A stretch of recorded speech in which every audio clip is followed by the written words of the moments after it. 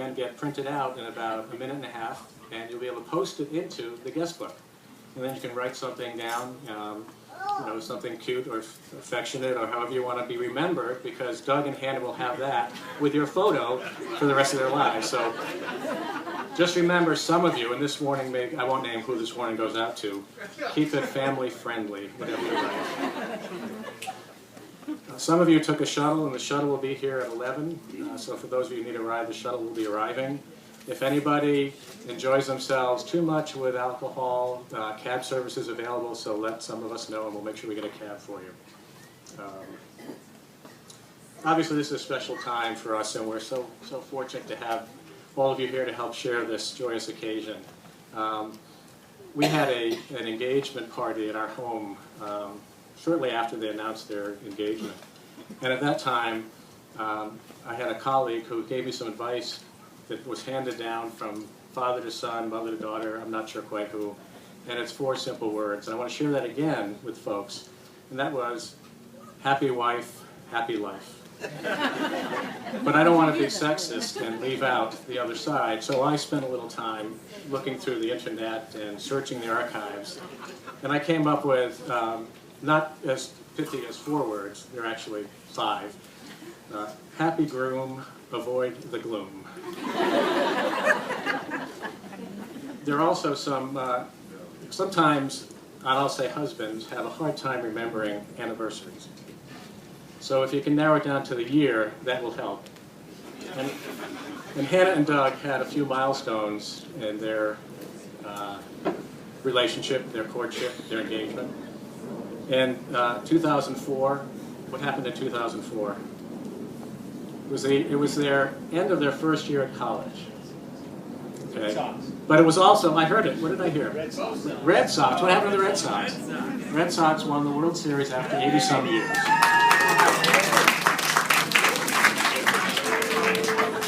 2007 was another milestone for Hannah and Doug. What was that milestone? Red Sox won again? Red Sox did win again, but they graduated from college. But they will remember that. And in 2011, they got married.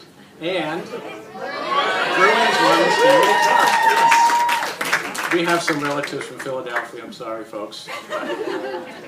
We also have some friends who are family Yankees fans, but right now we know who's in first place. It's only June. But I just wanted to close with best wishes and love from all of us to Hannah and Doug. May you have a joyous and wonderful life. And we know we will all be there to help support you, encourage you, and love you as you move forward together in your marriage. Thank you. And I get to say a few words to everybody, so I'm very proud. Now, my brothers, Jeff and Alex, who are sitting over there, we first met Doug in about 1994, 1995, when Peter walked Doug over to the wall right over there. And since then, we've had quite a unique relationship with them. Now, we didn't know it at the time, but apparently Doug was busy in Mrs. Wright's 4th grade class at Rocky Hill School, writing a journal entry which predicted the future. You remember this, Doug? So I think right now would be a good time to recap what Doug wrote and what Doug thought would happen in the future. And maybe we can give him some grades. As long as there's a jetpack. Oh, well, wait, just wait. So Doug's boldest prediction was that we would all live in the air. Okay? And we would all drive flying cars by 2011. Okay? So I guess Doug fails on that. Another prediction was that he would live in a big house in 2011. And here we are. So Peter, I guess he had no plans of moving out even then, huh?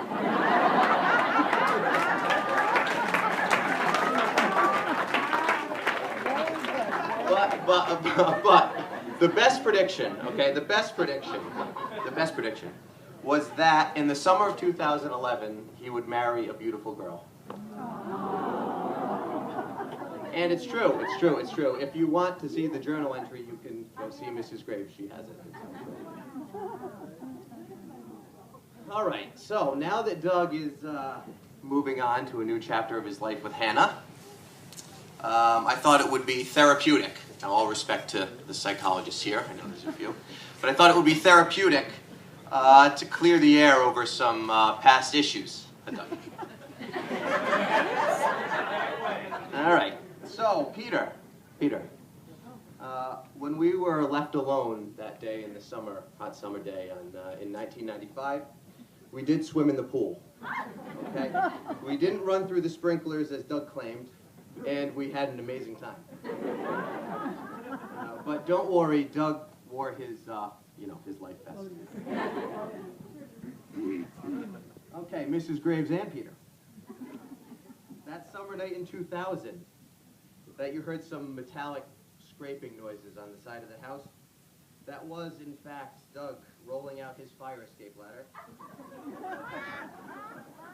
climbing down the house from the 3rd floor onto the ground, and sneaking out to come play video games with us.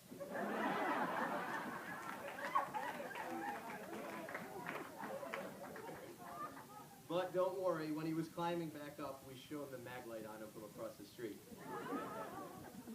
Okay. Now, when you thought Doug was getting up at 6 a.m. that summer to work in the lumber yard, he was actually driving his car into our garage, closing the door, and going to sleep on the couch.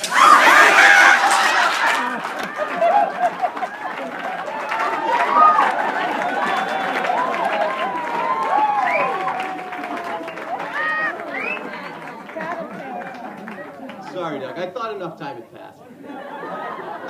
One time. One or two times. One or two times. Not the whole summer. Not the whole summer.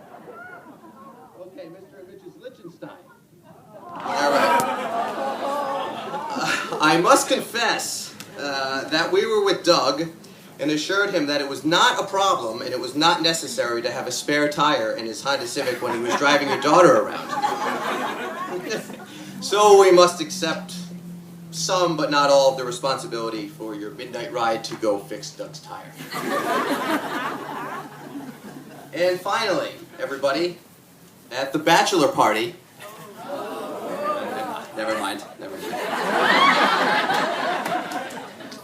So apparently the speech is supposed to include some lessons for Doug and Hannah.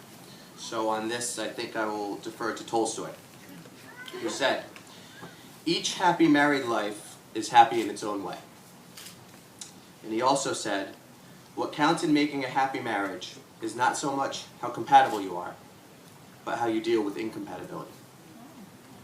So Mrs. Graves and Peter, Graves is a great kid, and I'm sure Grammy would be proud.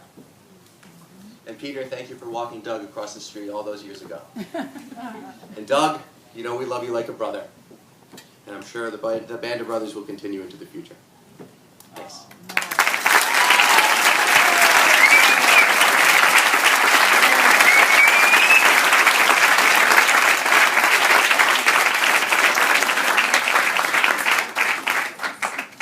And next up is Matron of Honor, a title which I know she loves.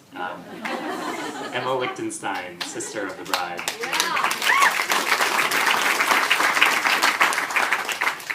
Matron of Honor. Hello. Okay, hi everyone. I'm Emma. I'm Hannah's older sister, as most of you know. I've been Hannah's older sister since she was born. And I remember when Hannah was born, I was staying at my Grammy and Bop Bop's house. Remember that? Yeah. And I just remember being so excited to have a little sibling, because I thought it would be the greatest thing in the world to have like a little mini me that I could just boss around my whole life. And I tried that, and it didn't go very well. Because those of you who know Hannah know she is very strong-willed, and she knows what she wants in life, and what she didn't want was to be bossed around by me, which I learned. Hanna was born at 6:42 p.m., which is exactly the same time of day that I was born, which is kind of weird. So I always thought that in addition to having our sister bond, we had some kind of cosmic connection because of that. And we do have a few things in common now, still. We both feel that our lives are incomplete